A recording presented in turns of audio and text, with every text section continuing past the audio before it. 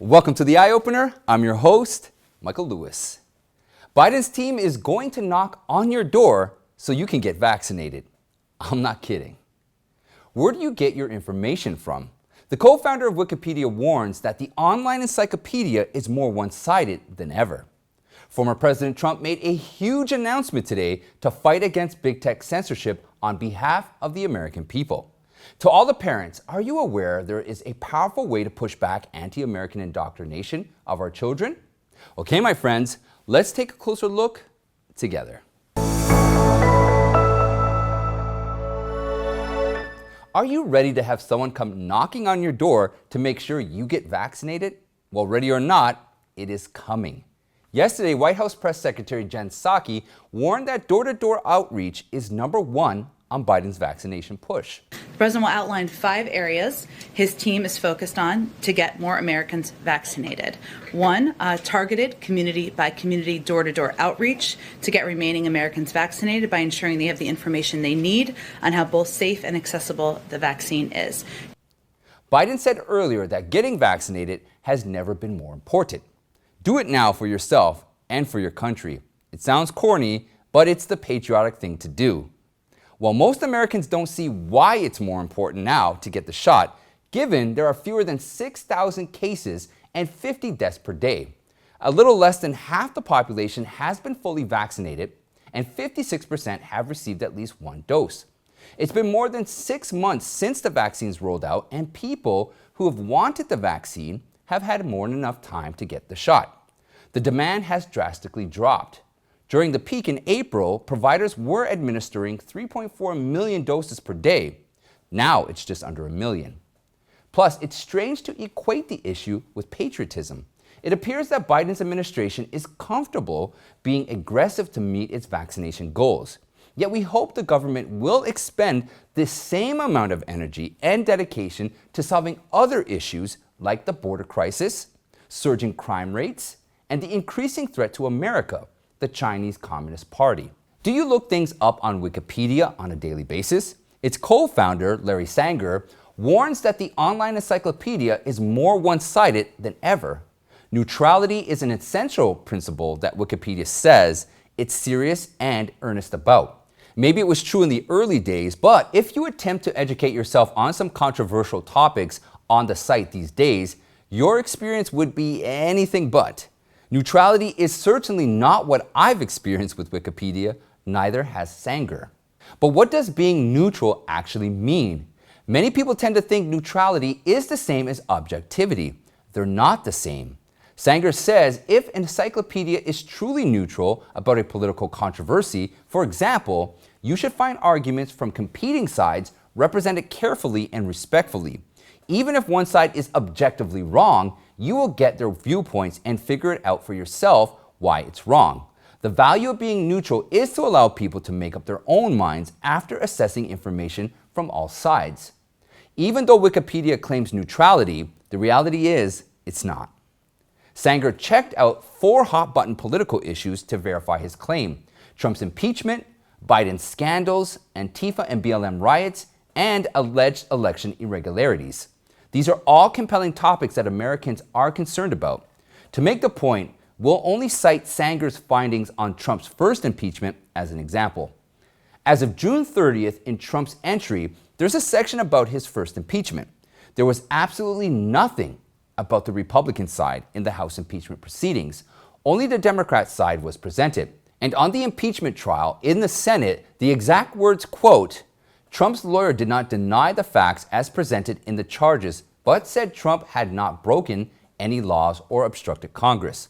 They argued that the impeachment was constitutionally and legally invalid because Trump was not charged with a crime and that abuse of power is not an impeachable offense. That's all it says about Trump's attorney's argument during the trial. However, the 2 sentences are obviously biased. By saying Trump's lawyer did not deny the facts as presented in the charges, the article already implies that the charges may have merit. Second, it says Trump's lawyers argued abuse of power is not an impeachable offense. So you'd naturally wonder, so did Trump abuse his power? The truth is, the article omitted one critical point the lawyer made, that they denied there was any abuse of power in the first place. In other words, the information on Wikipedia regarding Trump's first impeachment is extremely biased, and this is the case for all 4 topics. Wikipedia has banned Fox News, the New York Post, and the Daily Mail from being used as sources. Newsweek is marked as no consensus. How far is this from neutrality? Shouldn't neutrality be that all sides are equally presented and let the reader judge? Sanger said, in short and with few exceptions, only globalist, progressive mainstream sources and sources friendly to globalist progressivism are permitted. This isn't limited to just political issues. It also extends to scientific and religious controversies. Wikipedia has evolved into a propaganda machine for the left. It doesn't even want conservative views to exist. Cancel culture is precisely the opposite of neutrality. And the most deceiving part is, neutrality is what most people are looking for when they're trying to understand a controversial issue. And here's the kicker. Wikipedia still lists neutrality as one of its principles. Today, former President Donald Trump announced he's filing a lawsuit against Facebook, Twitter, and Google, as well as their CEOs, Mark Zuckerberg, Jack Dorsey, and Sundar Pichai.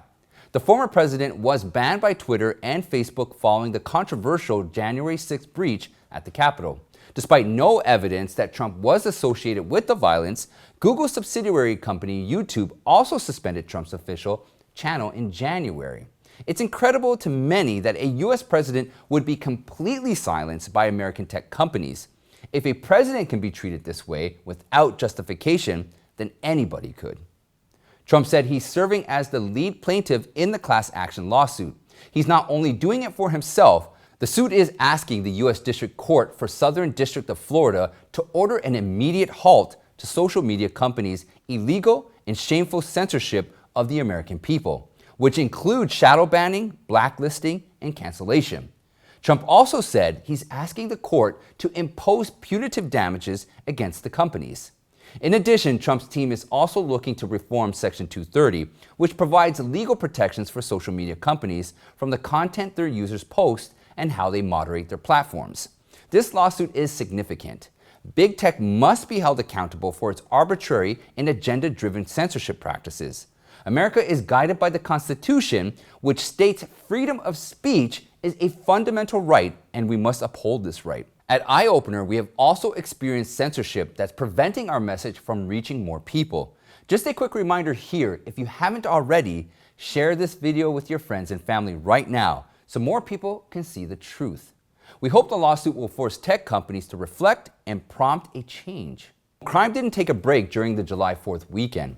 From Friday evening to the end of Monday, more than 200 people were killed and about 600 were injured by gun violence across the country. The CCP seized this opportunity to criticize the U.S. Its state-owned media, Xinhua News, mocked the wave of violence. Chinese media on Monday tweeted how a gun-happy nation spends its hashtag 4th of July weekend, with a sarcastic cartoon describing the freedom of shooting. Some Republicans immediately fired back. Representative Michael McCall said just how crass and violent the Chinese Communist Party is that they have their propaganda outlets celebrating the deaths of hundreds of Americans over the July 4th holiday. He added, until they stop murdering and imprisoning their own people, I don't believe anyone in the world should look to them for moral advice.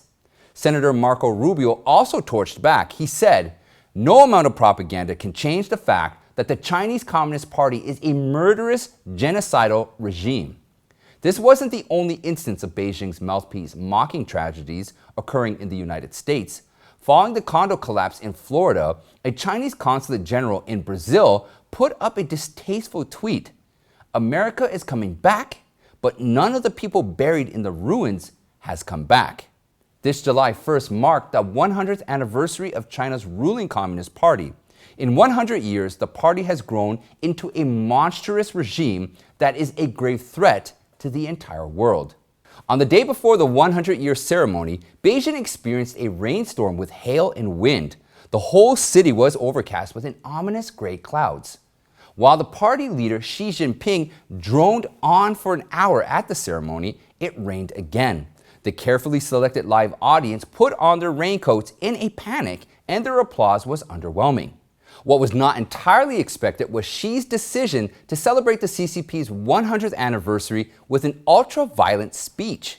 Xi said, and I quote, "Any foreign power that bullies, oppresses, and enslaves us, who presumes to do so, is doomed to have heads bashed bloody against the Great Wall of Steel forced by the body of 1.4 billion Chinese people." Chinese were stunned by this brutal comment as well. Hashtag anyone who attempts to bully China will have their heads bashed bloody was the top trending hashtag on Chinese social media Weibo.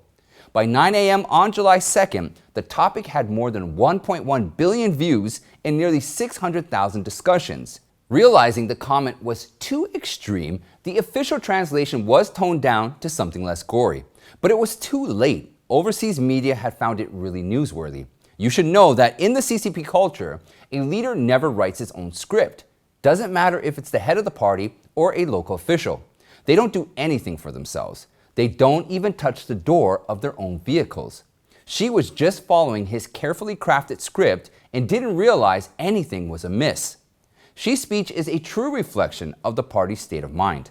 The CCP is the most barbaric regime in the world. However, just a few years ago, Beijing didn't dare talk like this. It isn't because the CCP has grown more powerful in the recent years. The regime's crimes have been extensively exposed with a push from the Trump administration. The world now holds an unprecedented, abysmal view of Beijing. The CCP can't cover up its true nature with bribes and lies anymore, so why hide? Xi repeatedly stressed that there are foreign forces that are bullying or want to bully China. Has the CCP ever looked at itself? Who's been bullying other countries through unfair trade practices, espionage, intellectual property theft, and the pandemic cover-up? There is a classic saying, "Do not do to others what you would not have them do to you." It's a perfect phrase to describe the party. Before we move to the next topic, let me introduce our sponsor for today's show, American Hartford Gold. American Hartford Gold helps prepare for inflation. You can purchase physical gold and silver and have it delivered right to your door or into an IRA account, making it extremely easy. With an A+ rating from the Better Business Bureau and thousands of satisfied clients, Hartford is one of the highest rated firms in the country. And most importantly, because you're a subscriber to the Eye Opener Show, if you call them right now, they will give you up to $1,500 of free silver on your first order. So don't wait and take advantage of this special offer. The number to call is 866-880-0328, or you can simply text Mike to 65532. I've also included a link to their website in the description below. With that being said, let me grab my mug that matters and thank American Hartford Gold for sponsoring today's Eye Opener Show and helping our mission to deliver truthful news. Salute. In the push for green energy, the Biden administration pitched investing in wind and solar power to combat climate change and protect the environment. You are electrical engineers who will soon help convert solar and wind energy into power, convert solar and wind energy into combat power. And just ask any Marine today, would she rather carry 20 pounds of batteries or a rolled up solar panel? And I am positive she will tell you a solar panel, and so would he. In our May 26th episode, we revealed that in order to generate wind power, making wind turbines involves digging out rare earths that produce millions of tons of toxic mining waste every year. A question that still needs answering is whether those wind turbines can financially compensate for the huge amount of energy consumed in the manufacturing, transportation, and installation of the white machines. And what about solar energy? Is it truly environmentally friendly? Environmental policy expert Michael Schellenberger commented that support for solar power is driven by ideological learnings rather than sound science. The story of solar panel production, deployment, and recycling is similar to wind turbines. It has a toxic and dangerous side. A recent Harvard Business Review study says economic incentives are rapidly aligning to encourage customers to trade their existing panels for newer, cheaper, more efficient models. In an industry where recycling remains terribly inadequate, the rising mountain of trashed panels will soon reach damaging levels. Can't we recycle the panels? The reality is it's costly to dismantle the panels. It's between $20 and $30 to recycle versus $1 to $2 to send it to a landfill. The study concludes the push to adopt solar energy as an environmentally friendly alternative would darken quickly as the industry sinks under the weight of its own trash. There's another problem with solar panels. The heavy metals such as the lead in the panels can be released as a toxic cloud if the panels shatter during disposal. Our society phased out aerolized lead like lead paint and lead-based materials over half a century ago because it causes brain damage. Schellenberger said his own calculations show solar panels produce 200 to 300 times more hazardous waste than the waste coming out of nuclear power plants. At present, people typically reinstall solar panels every 10 years, while nuclear power plants can run for about 80 years.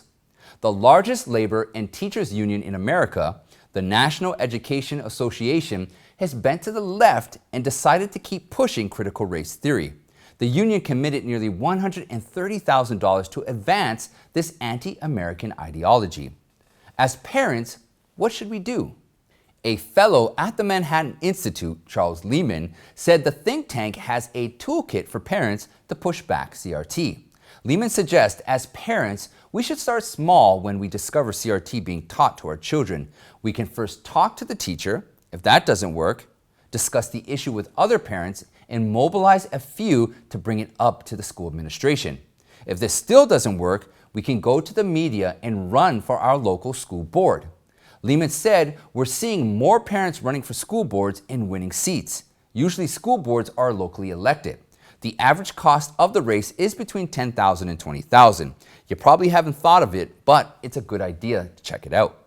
Leigh Wambsgans is one of those parents who sparked a grassroots anti-CRT revolt in Southlake, Texas. She mobilized record turnouts in local school board elections to defeat pro-CRT board members in a landslide victory.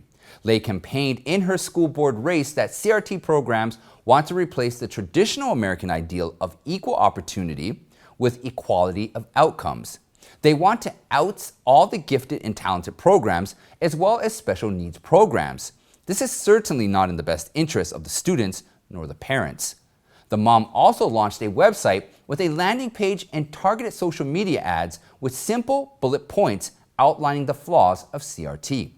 The effect of her call was tremendous. She thought a couple hundred people would be interested, but she got nearly 3,000 signatures. She ended up turning hundreds of parents away for their first in-person event that could only allow 400 people due to COVID. Nonetheless, from the event, Leigh raised a lot of money and organized several committees. She said, "We really divided and conquered and created an organized army." Her viewpoint is, if we all are going to take America back, we have to take our public school systems back. Probably the most effective way for parents to achieve that would be to win in your school board elections. And that's it for today, my friends. Check out this playlist right here for more eye-opening content. You can join me in the Eye Opener Telegram chat room and follow me on Newmaker, Gab, and Parler. Don't forget, please sign up to our email list so we can stay in touch. I'd like to thank you all, and I'll see ya next time.